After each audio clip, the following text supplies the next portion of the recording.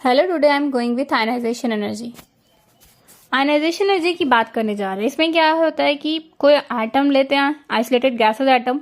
अगर ऑर्बिट कम है तो ज़्यादा एनर्जी देनी पड़ेगी आयनाइज करने के लिए, क्योंकि यहाँ पे अट्रैक्शन फोर्स सबसे ज़्यादा है। न्यूक्लियस जो है वो बाइंड करके सबसे ज़्यादा रखा हुआ है, बट न्यूक्लियस से यहाँ पे ऑटोमोस्ट ऑर्बिट का डिस्टेंस इंक्रीज कर गया तो बाइंड करके कम रखा हुआ इलेक्ट्रॉन आसानी से रिमूव हो सकता है। यहाँ पे आयनाइजेशन एनर्जी कम देनी पड़ेगी। इसका यूनिट क्या होता है? किलो जूल पर मोल, किलो कैलोरी पर मोल, इलेक्ट्रॉन वोल्ट पर एटम। किन किन चीजों पे डिपेंड करता है? फैक्टर ऑफ इफेक्टिंग, ये डिपेंड करता है जेड इफेक्टिव एटॉमिक साइज पे। जब स्टेबल होता है तो half fill and full fill concept लगाते हैं। फिर पेनिट्रेशन इफेक्ट भी लगा देन पेनिट्रेशन इफेक्ट लगाते हैं। जैसे हम सेकेंड पीरियड की बात करें तो लेफ्ट राइट जाने पे जेड इफेक्टिव इंक्रीज कर रहा है, अट्रैक्शन इंक्रीज कर रहा है, आयनाइजेशन एनर्जी इंक्रीज करनी चाहिए। बट यहाँ पे कुछ एक्सेप्शन आ जाता है, जैसे कि यहाँ पे पी हाफ फिल और फुल फिल का कंसेप्ट लगने लगता है P3 P4 में। P3 का ज्यादा होता है P4 से। यहाँ पेनिट्रेशन इफेक्ट लगता है। S2 ज्यादा होगा P1 से। S जो है वो न्यूक्लियस से सबसे ज्यादा नजदीक में, अट्रैक्शन फोर्स ज्यादा लग रहा है तो S2 का ज्यादा होगा P1 से। बाकी सब सेम होगा। D ब्लॉक में ग्रुप 4 से 12 तक जब देखें तो मैक्सिमम आयनाइजेशन एनर्जी 5D का होता है। ग्रुप 1, 2, 16, 17, 13, 14, 15 डाउन द ग्रुप जाने पे top to bottom atomic radius increase करेगी, आयनाइजेशन एनर्जी डिक्रीज करेगी।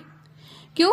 क्योंकि नंबर ऑफ ऑर्बिट इंक्रीज कर रहा, न्यूक्लियस से अट्रैक्शन फोर्स कम है, इलेक्ट्रॉन आसानी से रिमूव हो जाएगा कम एनर्जी देने पे ही। इलेक्ट्रॉन यहाँ क्या है, नंबर ऑफ ऑर्बिट अगर बढ़ गया तो इलेक्ट्रॉन हमें कम एनर्जी ही देंगे तो इलेक्ट्रॉन आसानी से रिमूव हो जाएगा। मिनिमम एनर्जी भी देंगे तो इलेक्ट्रॉन रिमूव हो जाएगा। यहाँ पे क्या है, नंबर ऑफ शेल कम है तो इलेक्ट्रॉन क्या होगा, इलेक्ट्रॉन को रिमूव करना सबसे ज्यादा एनर्जी देनी पड़ेगी, मैक्सिमम। नॉन द ग्रुप जाने पे मेटेलिक कैरेक्टर इंक्रीज करता है। मेटेलिक कैरेक्टर इंक्रीज कर रहा है, ये मेटल है तो रिएक्टिविटी इंक्रीज करेगी। ग्रुप 2, 16, 17, 18 इसी तरह से होता है।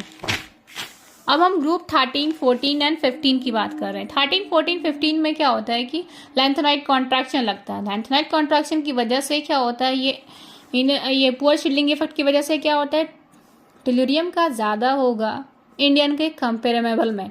सबसे ज्यादा होता है boron, then tellurium, then gallium, aluminium. सबसे कम इंडियम का होता है पुअर शील्डिंग इफेक्ट की वजह से। अब हम ऑर्डर की बात करें, मेटल, मेटलॉइड्स, नॉन मेटल, तो सबसे ज्यादा किसका होता है, नॉन मेटल का होता है आयनाइजेशन एनर्जी।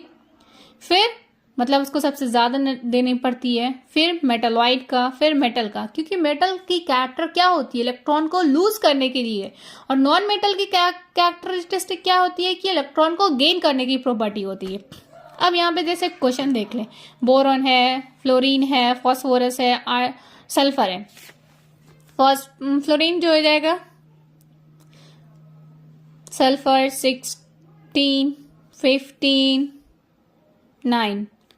यहाँ पे हम जब देखते हैं तो क्या होता है कि हम जानते हैं कि सबसे ज्यादा किसका होता है, नॉन मेटल का। तो ये 17 तक क्या होता है, नॉन मेटल होता है। ये ग्रुप 17 है, 15 है, 16 ग्रुप है, 17 तक नॉन मेटल होता है, 13 से 17 तक। 8 तो इनर्ट गैस होता है। ये मेटलॉइड है, boron, silicon, arsenic, tellurium, polonium, SB, antimony, ये सब क्या होता है, मेटलॉइड होता है।